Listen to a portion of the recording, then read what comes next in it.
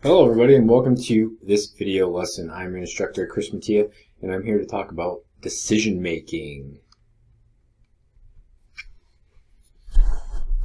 Now, why are decisions important? Well, on average, people make about 35,000 decisions a day. Yes, that's right, 35,000 decisions. Now, those decisions can be very quick and easy choices, and they can be very thought out. They can be what time do I want to get up in the morning, or which direction do I want to take going down the hall, or what do I want to wear. All of these decisions do add up. Okay? Decisions or choices can be either easy or very hard to make. All right, people who are indecisive, have their choice made for them, are often not very happy with the outcome. So put yourself in the power to make the best decision for yourself. And remember, all people have choice about their jobs and their careers. Any decision, most times, people are in control themselves. And many people get into specific jobs out of laziness or just luck sometimes, instead of choosing it for themselves. So we got some tough decisions ahead. What's right? What's wrong? What's the best? Let's find out how to make them. All right. So what impacts decision making? Well, your attitude, how you feel, your emotions, whether you're down, whether you're excited, whether you're on cloud nine, your values, where you get them, what you believe is important, your ethics, what you determine is right or wrong, your family, okay, your peers can impact your decisions. Sometimes you just go along with the crowd. The media, social media, news, society, and then whatever culture you're in and the economic situation in our world can impact the decisions that you make. Okay, the attitude effect on choices. Well, remember, there's only two things a person can control: their actions and their attitude. Positive attitudes tend to create more options. People want positivity and they want to be able to go forward. So if you continue to do that, you're going to see more options available, just because it helps reframe the stress and the challenges as opportunities instead of problems. Okay? So your attitude can lead to your decisions and your behaviors. Emotional choices. We make a lot of these. Okay? Many people make these choices when they feel down or angry, okay? And emotions that can really affect your choices include anger, jealousy, sadness, and fear. And if you allow those to impact your choices, they may limit you and put you in a box on what you can achieve and what you want to accomplish. Okay? So you got to be rational versus emotional. You have to think it out. Okay? With those emotions, all right, most people, when they are emotional and make decisions, those are when the most destructive decisions get made. Poor eating habits, driving fast, violence, saying the wrong thing, speaking before you actually think about it. Okay? So my advice, okay, be calm, be level-headed, and think before you act. Values and ethics. What's the difference? Well, values, they're a person's principles or standards in life and what they deem is important. Do you value money? Do you value time? Do you value family? Do you value achievement and success? Do you value material objects? Do you value validation in your feelings? It's what you think is important. So, for example, related to careers, having a high-paying job or a job that provides more time off could be something that you value. Now, ethics. What are ethics? These are moral principles that guide a person's behavior. So, an example, easy one, is choosing between right and wrong. There's a variety of others. And it all comes down to what you think is moral. A lot of times religious beliefs cultural beliefs and social or societal beliefs will impact what you believe is moral and right or wrong. Okay, social impact on choices. Family. Okay, a person's values and behavior are often modeled by family members. If a family member does something or leads in a certain direction, the child is more likely to follow in that footstep. Okay, the apple doesn't fall too far from the tree is a very common statement regarding that. Okay? And then parents and family members, they help guide and model decision making, good or bad. So whatever actions they take based upon the decisions that they make, right, that can be modeled as important. And if it's done consistently, a child could follow that. Okay? And then a perfect example when it comes to careers, and it's very common, a child will choose a college or a job that the parent did or went to before. Now, peers, especially when you're in your formative years from middle school and high school and college, when you're trying to develop your values and your sense of personal well-being and your personality traits and move into a career, peers can have a large impact on that because of the feelings of being wanted or needed. Okay? So the influence of friends to take part in activities or behaviors is always present, whether it's peer pressure can be good or it can be bad. It can get you into unhealthy negative behaviors and push you down a line where you will not be as successful, but it can also be positive. If the group is positive, you will be positive. Maybe they engage in healthy behaviors or they engage in good career choices and you follow that same path. Right? Sometimes that friend that's on the cusp of not knowing what to do, a peer group that chooses the wrong thing and a peer group that chooses the right thing could influence that one person one way or the other. Okay? And remember, people will develop the traits of the 5 people that they hang around with the most. So the people you spend the most time with, whether it's family members, a mentor, teachers, your peers, your friends, however they act and the decisions they make are more likely for you to be influenced. So whatever they do, you might likely follow. They develop anger and jealousy and are always upset, you will develop that same mentality. If they're always positive and cheery and goal-oriented, you will develop that same mindset.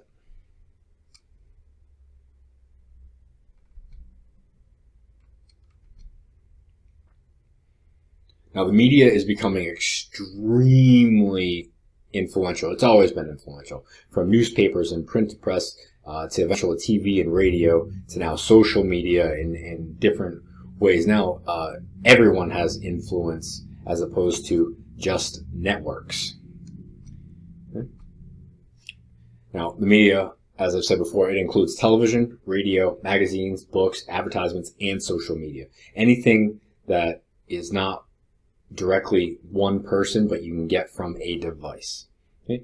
And the media may present a lifestyle or career that looks desirable, and it could be positive, and it could influence you to make a good choice, but it can also be bad. Okay? And remember, media is designed, including this video, is designed to influence a person's decisions to change their behavior or purchase a product. So remember, any messages that you get from a media source is meant to influence you, whether it's a thought pushing you in a good or bad direction, or buying a product or not buying a product, voting for a person or not voting for a person, okay? Watching a show or not watching a show. Whatever it is trying to influence you to make a choice in this decision. So my advice, be aware of what the media is always selling, that they're always selling something to you, and think about how to overcome the persuasion and make the decision for yourself. Okay, society and culture. This includes religion, politics, current popular trends, and social expectations. Okay? Society is always shifting, and with that, different ideologies on what is important is always shifting. Okay? And the focus may be on what is popular as opposed to what is needed. So just because it is popular doesn't mean it's needed. And just because society says this is what should happen doesn't mean that you as a person need to follow that same mode, although the pressure will be there. Okay? And remember, society and culture change over time. What you're experiencing now will be different in 20 years, and what's happening now was different 20 years ago and the years before that. It always evolves and changes. So be aware that it changes in a cycle throughout your lifetime. Okay. Economic factors of choice. This includes money and how people use it. Okay? Can a person afford an object or a service? Okay? Is it a need versus a want? And remember, saving and investing money is influenced by our current circumstances, both lifestyle and our career. So all of these factors, how much money you want, and your resources, and how you want to use that in the future will impact your decision. Now let's talk about the decision-making process. Okay? It's a 7-step process. Okay? Number 1, you want to define your needs and wants. You need to know what you want to go after. What's your goal? Okay? Do you need a car? Do you want a home? Are you trying to get into a specific college? Is there a certification program that you want to get? Do you want to make the team? Is there a job that you want to get? Do you need money? These are all things that you need to ask yourself when you're making a decision. What is your purpose and what you want to get out of it? And then 2, you got to analyze your available resources. Okay, what is around to help you get there? All right. If you need to go to a school or get a certification, do you have the money to do that? Do you have a mentor or someone to help guide you? Do you have the information or the knowledge? Luckily for us, we're in the information age where you can get a lot of information at your fingertips. But you need to find out what can help you get there. What are your research sources? What do you know? Then you need to identify the choices. What are your choices? So if you're buying a car, what are the different cars you can get and how much do they cost? If there are colleges you're choosing from, what are the ones that you want to get into? Okay? If there are 3 different career choices you want to choose, what are the 3 career choices? After that, you want to look into each choice. Okay? You need to find out, what does this career choice mean? What kind of education do I need to get? How much does it pay? What kind of skills do I need? You need to go through each choice, right, and gather as much information as possible. Then you need to evaluate the choices. For every decision, there are consequences, both positive and negative. Sometimes positives can be overwhelming. Sometimes negatives can be overwhelming. It's your job to make a list, okay, pros and cons, and you have to decide what is worth pursuing. Are the pros or positives, do they outweigh the cons or the negatives? Then, ultimately, you have to decide. All right, you make the choice. You decide. Okay, but it doesn't stop there. Once you decide, now you have to plan to reach that goal. So if you've decided upon a career, okay, I'll use the medical field or a doctor as an example. You decided you want to be a doctor. You've gone through all the research. You said, this is for me. Now you have to create the plan to get there. So first and foremost, say you're in high school, you want to get the best grades possible and take as many courses related to the medical field as you can, right, to put yourself in a situation to get into the best college or post-secondary institution that you possibly can. And by doing that, all right, you put yourself ready to do the application process. Then you will get into the best school you possibly can, develop all your courses and your coursework and your experiences throughout your college career. Then you will continue to apply and go to the next step. But having a plan to reach that goal of becoming a physician or a doctor, all right, is just as important, if not more important, than making the decision to become one. All right, so let's apply it to a career. I gave you a small example, but let's really look at it. All right, needs and wants. What are these? Home, car, family, leisure time, okay, to feel successful, to work in health, right? For example, if you want to become a health educator like myself, all right, what were my needs and wants? Okay, ultimately, my needs were salary to fit my lifestyle. Now, my lifestyle is not a huge one. With crazy cars or a big home, but it's enough to satisfy my needs. And more importantly, my wants were to have a career or a job that opens up time. And I'm being a teacher, you work your school day, and by 2 o'clock you are done to experience the rest of the day. And you work 180 to 190 days a year. You have time to do other things that you want. All right, and time for me is more valuable than money. So that's an example of needs and wants. Now, resources, school, savings, mentors. What do you have? Now, when I was growing up, luckily I had some mentors, some teachers that I followed through, and they were able to help me, get jobs, develop skills, and push me to go to college, and then ultimately make the next best decision to become a teacher. Now, resources, school. I had my high school. I had my jobs that I had worked, and I had my mentors to help me, guide me in those decisions. And then ultimately I needed money to go to college. So I developed a plan to get a job, save money, make a savings, all right, work really hard in high school and develop scholarship and get scholarship money to go to school. So these were the resources that I had to make my goal, accomplish my needs and wants. All right. Choices. All right. Going through, I had choices of getting into the medical field, becoming a health educator, getting in communication, all kinds of jobs. All right. And I went through the pros and the cons, and I decided that being a health educator was the best for me. Information. What does each job and what does it require? Okay. So if I wanted to become a nurse, I had to go to a 4-year school, very intensive with biology, anatomy, and medical courses. If I wanted to become a health educator, I was going to take more education courses and deal more with people as opposed to the science. Being a nurse, a higher end nurse, it pays more than an educator most of the time, right? And I had to decide, based upon that information, what was best for me to go forward. Then I evaluate, good and bad. Okay, I might make more money, but might have less time. One, the education might cost a little bit more than another. And I ultimately had to balance and make pros and cons for every career.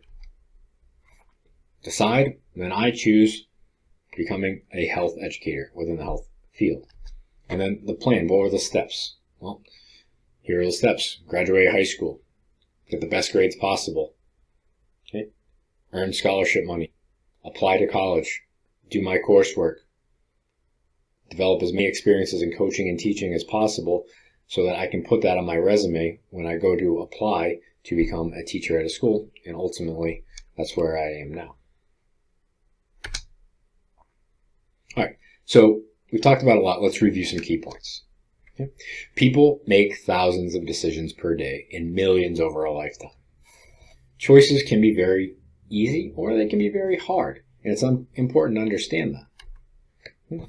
Attitude, emotions, values, ethics, family, peers, media, society, culture, economics can all influence decision making. There are tons of influences on the choices that we make on a day-to-day basis, and they will affect our life and our career. There are 7 steps in the decision-making process, and they include defining your needs and wants, analyzing the resources around you, identifying the choices, gathering the information about those choices, evaluating the pros and cons of each choice, deciding, and then creating a plan to reach your goal.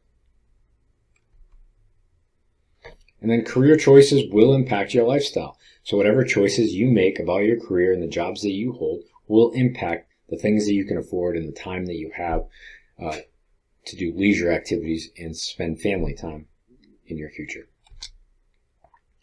Some closing remarks, some advice. Always think before making a choice. All right, a lot of people can make irrational choices by thinking, doing things in the spur of the moment. Think, evaluate, then make a decision. Okay. Always weigh the positive and the negatives of each choice, and understand that there are consequences of every choice, both good and bad. And be confident in your choices no matter what. If you waver in your decision, right, you won't go fully in on it. All right, you'll go half in. And when you go half in on a decision, it's worse than sometimes making no decision at all. All right? So be confident. Just go after it and do it. I thank you for watching this lesson on decision making. I hope you learned something. Make good decisions. Think before making them. Know that they're going to affect the rest of your life.